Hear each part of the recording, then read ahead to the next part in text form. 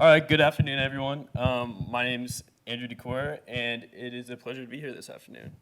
So my research topic is tracking wellness, a quantitative exploration of the effects of hiking the Pacific Crest Trail. So a little bit about myself. I'm a third year economics student here at UCSB.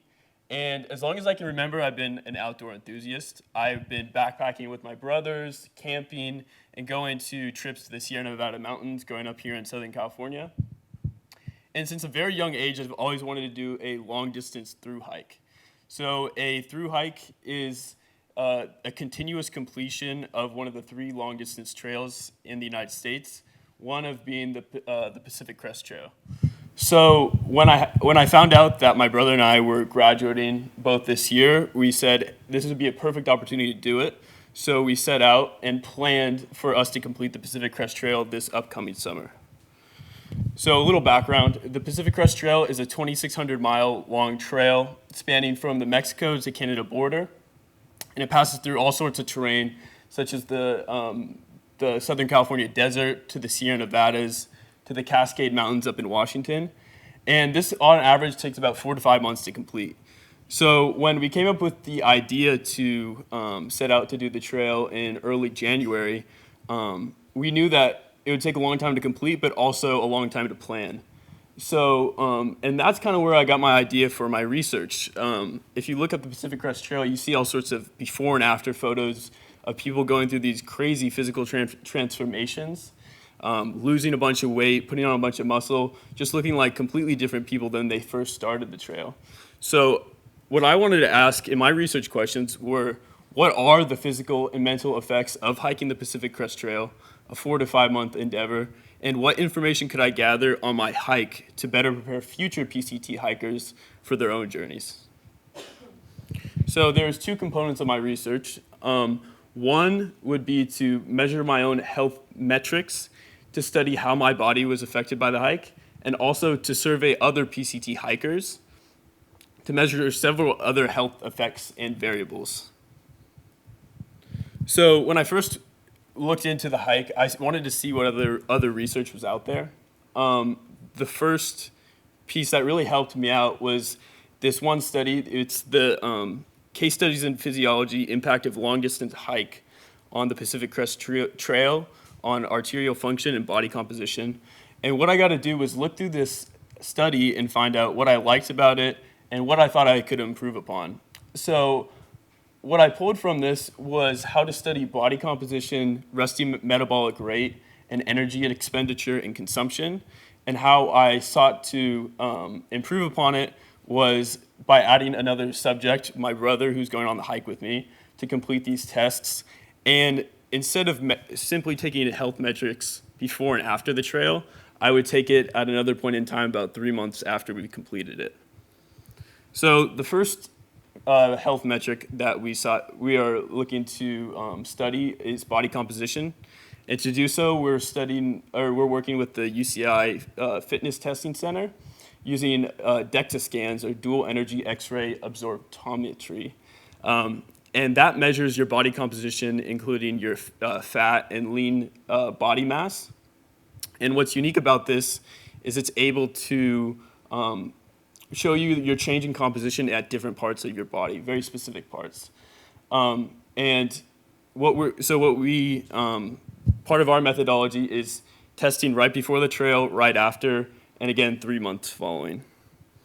The second health metric that I'm studying is your resting metabolic rate. So resting metabolic rate is basically just the energy you spend by simply existing. To do so, I'm using a technique known as indirect calorimetry, which essentially measures your oxygen intake and carbon dioxide production and plugs it into a formula to determine your metabolic rate. And I'm going to be interested in see how that changes throughout the trail. And we predict it's going to increase, but I'm really interested to see how it changes in that 3 month period following the end of the trail. So the third health metric that I aim to study is fitness tracking and nutrition tracking. So for fitness tracking, I'll be using a Garmin watch, and this is pretty standard for through hikers. people use it for GPS navigation, like air pressure, elevation. It really just makes sure you're safe. So I'll be using it to track miles per hour, and elevation change, and then cross-referencing that with nutrition tracking. So I'll set up 3 separate intervals of 3-day tracking in which I track macronutrients in my overall caloric intake. And this was of particular interest to me because those original photos that grasped my attention, the extreme weight loss was something that really concerned me. So it's pretty typical for a thru hiker to average 3,500 to 6,000 calories burned per day.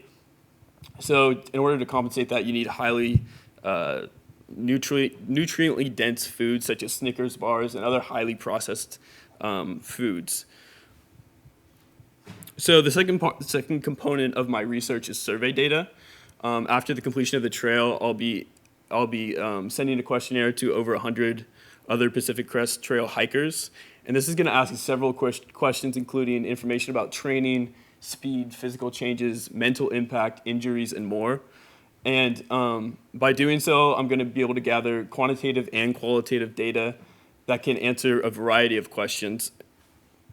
So some of the focuses that I hope to provide some information on is injury data. So the questionnaires, so side note, about 50% of people that set out to complete the Pacific Crest Trail every year aren't able to finish it.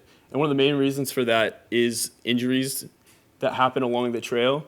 And what I set out to answer with this questionnaire is what injuries are most common on the trail, what are the reasons for them, and at what section of the hike do they occur. So by using this and using other information from the questionnaire, such as the amount of time they trained, their age, and their speed of hiking, I'll be able to see what different factors lead to an increased likelihood of injuries, and hopefully try to provide this information to future hikers so they can tailor their own training and be aware of what they're most at risk for. So another concentration of my survey data is going to be body composition data. This goes back to what I tried to initially answer was the weight loss that occurs while on the trail. So though it won't be as accurate as what I'll gather from my personal data with the DEXA scans, it will provide a baseline for people to understand what age and for how long they train how much weight can they expect to lose. And this will be information that's beneficial to any hiker, whether a local hiker or just a thru hiker hiking the Pacific Crest Trail. So in conclusion, the combination of personal tests and survey data will begin to show the impact of long distance hiking. Additionally, what I'm trying to show with this study is that you can use devices on you, such as your watches and your phones, and just data out there, or by asking questions. You can use this to answer complex questions. And by doing so, you can help others out there. And for me, I'm specifically trying to help backpackers that set out to complete the Pacific Crest Trail. So after doing this, after my hike, I hope to put a website together and compile all this data so it's accessible for future hikers, and I'm excited to do so. So thank you.